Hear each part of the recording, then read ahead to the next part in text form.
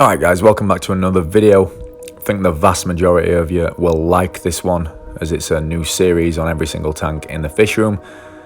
First, however, I'd just like to remind you that I did make a video last week which was a rundown on this 11-gallon Aqueon rimless tank. If you've not already checked it out, here's a few clips from the video, and I'll also leave a card in the upper right hand side of the screen right now. So if you haven't checked it out, check it out. Leave a like, leave a comment on the video, and then come back to this video where we'll be going over one of the tanks in the fish room, and I think it'll be one of the tanks that you guys are really interested in.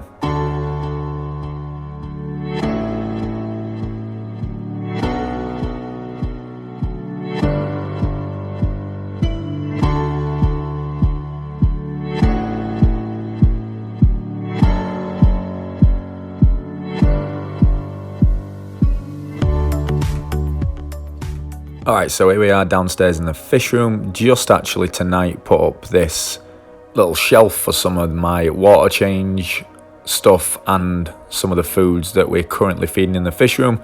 I think that looks pretty neat, so really happy with that. Overall, fish room getting there. There's the 55 and 33 rack. We've then got the triple 20 rack, and then we've got the single 40-gallon that is eventually going to become a double stand. We've just not got that tank yet. Here is the 125-gallon in the wall, looking rather nice. Got some new fish in there as well, and I'm sure a lot of you will peep that blue dolphin there, who's absolutely awesome. We'll be doing a video on this relatively soon, but if you haven't seen this 125-gallon, I'll leave a card up above, top right-hand side of the screen now, which is more of a cinematic view of it. So this new series, guys, is basically a look at every single tank in the fish room. And firstly, we're gonna check out the Blue Neon breeding tank. This is the first time you guys have seen it since my former breeder male died, but here's his father back in the tank and already getting breeding. So let's take a look at the tank in its entirety, going over all the fish in there, the substrate or the lack thereof, decorations, filtration, heaters, and everything else that's involved in this setup. So this is the breeder male, and my original breeder male. Had him about 4 years now, I'd say, and since we've put him back in the breeding tank, his coloration's just got better and better. Deep blue in the face, yellow body, and then the flame with the yellow and blue on the tail. Looks really nice. Got about 8 females in there with him right now, and as you can see, that one's vent is dropping, so I'm pretty sure I'm going to have some more fry in the coming days, as well as also having this one that has been holding now for about 3 or 4 days, so we'll be stripping that female sometime in the next week. And as you can see, she's definitely holding, as we've got that little lower jaw protruding out, and she's quite clearly tumbling. In the tank, we've got a severe lack of substrate, just makes maintenance a little easier.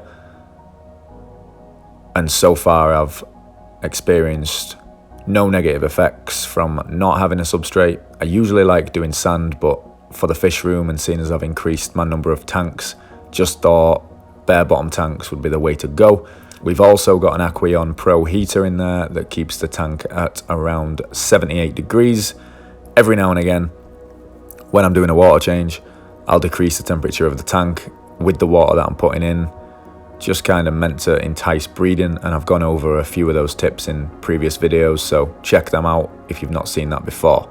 The tank is then really basically filtered with 2 sponge filters. We've got one rated for a 40-gallon on the left side and another one rated for a 40-gallon on the right side. So in terms of filtration, it's very simple. Again, easy to maintain, and that was a focus on the fish room, is having tanks that are easily maintained and focused on the breeding of these fish rather than how the actual aquarium looks. In addition to the sponge filters, we've also got a Sun wave maker that I'll leave a link for down below, And this thing is absolutely awesome, just adds a little bit of surface agitation to the water and therefore oxygen due to the surface tension breakup. So that's all the equipment gone over. The lighting I'm using in this tank I just took from the 125. I don't currently have any lights on these tanks, so haven't really got lighting to go over. So I guess that's nice and simple.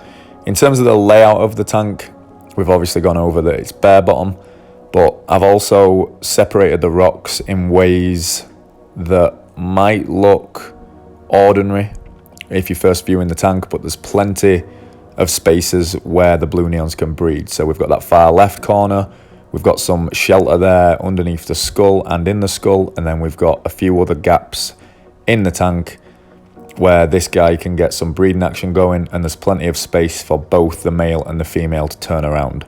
Obviously, if the tank is fully scattered with rocks with no smooth surfaces or flat surfaces, the cichlids are going to struggle to breed. So that was a big focus for me when I was designing this tank, and overall I think it's working pretty well, seeing as this guy has been in the tank maybe 2 weeks and he's already bred with one female, and hopefully we'll have a lot more breeding action coming up in the near future. In terms of maintenance on this tank, I keep it really simple. I do one water change a week, and that's about 40 to 50%. And this seems to keep nitrates down, keep water clarity pretty good, to say it's only been filtered on 2 sponge filters. And it also entices the male to breed a little bit more, as I'm sure if you're an African cichlid hobbyist or breeder, you know that after water changes, African cichlids, especially the males, get a little bit frisky. So water changes help in numerous ways. And for now, that's pretty much it. All that's left to do is feed in this video. So we're going to grab a little bit of Cobalt Aquatics Ultra Worm Medley, and we're going to feed that first, and then we're going to feed some Northfin pellets. So enjoy some feeding.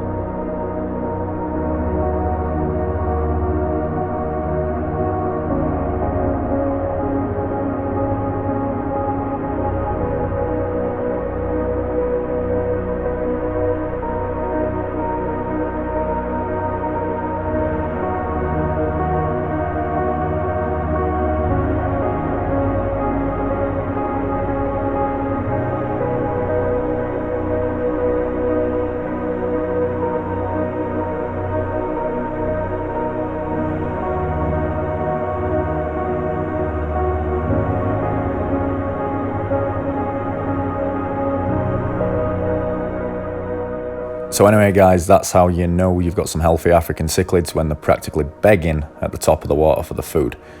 Anyway, thanks for watching this one. Next time's video will be based on the 55 below the breeding tank, which is full of some studs, including this pretty nice Luanda and his brother right there, and his other brother. Got about 3 that are looking magnificent in there, along with some jello reefs and a few sulphurhead mainlanders. So if you're not already subscribed, make sure you do, as you won't want to miss any of the videos that we've got coming up from the fish room. And also give this video a like if you've watched the whole way through. I would love to get this video to 100 likes. If you could help me get there, I'd really appreciate it. And it'll also give me a good idea of what kind of videos you guys like for the future. Thanks again for watching. We'll see you on the next one.